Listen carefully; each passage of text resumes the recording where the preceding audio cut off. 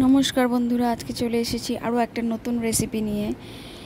আগে বলো যে এটা দেখে কি তোমরা চিনতে পারছো এটা কি? হ্যাঁ, এটা হলো মাশরুম। নরেন্দ্রপুর রামকৃষ্ণ মিশন থেকে এটা কিনে আনেছি। আর এটাকে আমি একটু সিদ্ধ করে নেব। আগে একবার বয়েল করে নিয়েছি, এবারে হলুদ দিয়ে আর নুন দিয়ে সেটাকে ভালো করে ফুটিয়ে নেব। আর এবারে এই যে একটু রসুন ভালো পুরো থেতো না করে জাস্ট দানা দানা দানা দানা রেখে দেবো। আর এদিকে আমাদের রসুন হয়ে গেছে। এইবার যেখানে সব ইনগ্রিডিয়েন্টস রেখেছি সেখানে তুলে নিলাম। এতে কি হয়, রান্না করতে সুবিধা হয়।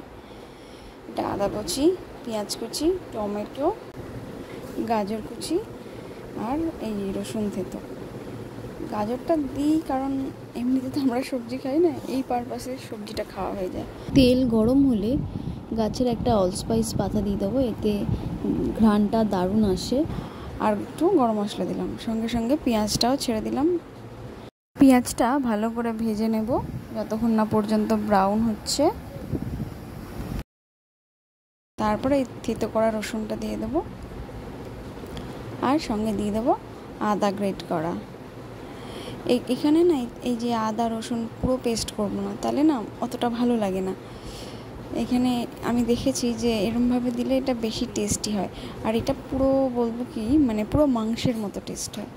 আমাদের তো দারুণ লাগে। আর এইটা হলে আমাদের বাড়িতে মোটামুটি সবাই একটু বেশি ভাত খেয়ে নেয়। তো যাই হোক, আমার পেঁয়াজ আদা রসুন ভাজা হয়ে গেছে। এবার আমি একটু হলুদ গুঁড়ো দিয়ে দেবো লঙ্কার গুঁড়ো দিয়ে একটু ভালো করে নেড়ে নেব।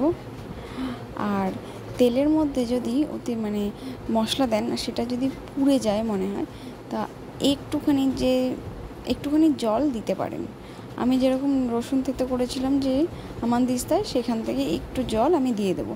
এতে কি হয়, মশলাটা পড়েও না, এদিকে কষানোটাও ভালো হয়।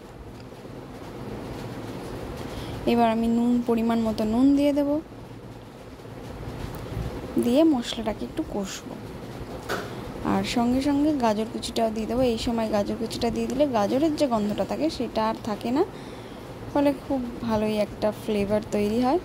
আর এবার আমি আলু দিয়ে দেবো, কেটে রাখা আলু ভালো করে ধুয়ে রেখে দেওয়া হয়েছিল, সেটা দিয়ে ভালো করে কষিয়ে নেব। আর এইটা না পুরো মাংসের মতোই রান্না করতে হয়, তবে কি এটা একটু জল কম দিয়ে একটু ঢাকনা দিয়ে করলে বেশি টেস্টি হয়। এবার এর মধ্যে আমি টমেটো দিয়ে দিলাম, দিয়ে ভালো করে এটা কষিয়ে নেব। আর এদিকে আমি মাশরুমটাও সিদ্ধ করে ভালো করে জল ঝরার জন্য এটাতে রেখে দিয়েছিলাম। এইবার এইটা আমি দিয়ে দেবো। মাশরুমটা আগেই সিদ্ধ করে জল ঝরিয়ে রেখেছিলাম, এইবার সেইটা আমি দিয়ে দেবো, দিয়ে ভালো করে কষিয়ে নেব। যত ভালো কষানো হবে এই রেসিপিটা তত টেস্টি হবে। আর এটা অল্প আঁচে ঢেকে ঢেকে রান্না করলে ভীষণ ভালো লাগে। 4-5 মিনিট পরে আবার এই ঢাকনা খুলে আবার একটু নেড়ে দিতে হবে, যাতে তলায় না লেগে যায়। যেহেতু অল্প জল দিয়ে করি তো, তাই এটাকে খেয়াল রাখতে হবে। এইটা খেতে তো দারুণ স্বাদের হয়, সেটা যারা খেয়েছে তারা জানে, আর যারা খাননি তারা একবার খেলে আবার খেতে চাইবেন, এটুকুনি আমি শিওর। তো যাই হোক, আবার আমি ভালো করে নেড়ে নেব। আর দেখুন কেমন মাখা মাখা হয়ে গেছে। এই পর্যায়ে আমি দিয়ে দেবো গোটা গরম মশলা বেটে দিয়েছি, আমি কিন্তু গুঁড়ো করে দিইনি। এতে ঘ্রাণটা এত সুন্দর বেরোবে যে 7 পাড়ার লোক আপনার বাড়িতে ছুটে আসবে। তো যাই হোক, এই ঘ্রাণের জন্যই আমি আবার ঢাকা দিয়ে দেব, দিয়ে 2-4 মিনিট পরে এটাকে খুলে ভালো করে নেড়ে চেড়ে প্লেটে সার্ভ করলেই গরম গরম ভাতের সাথে মাশরুমের এই তরকারিটা, এই রান্নাটা দারুণ লাগবে, দারুণভাবে জমে যাবে। আপনারা অবশ্যই ট্রাই করুন, দেখবেন আপনাদেরও ভালো লাগবে। আর আমার ভিডিও যদি আপনাদের ভালো লাগে তাহলে অবশ্যই আমার পাশে থাকবেন।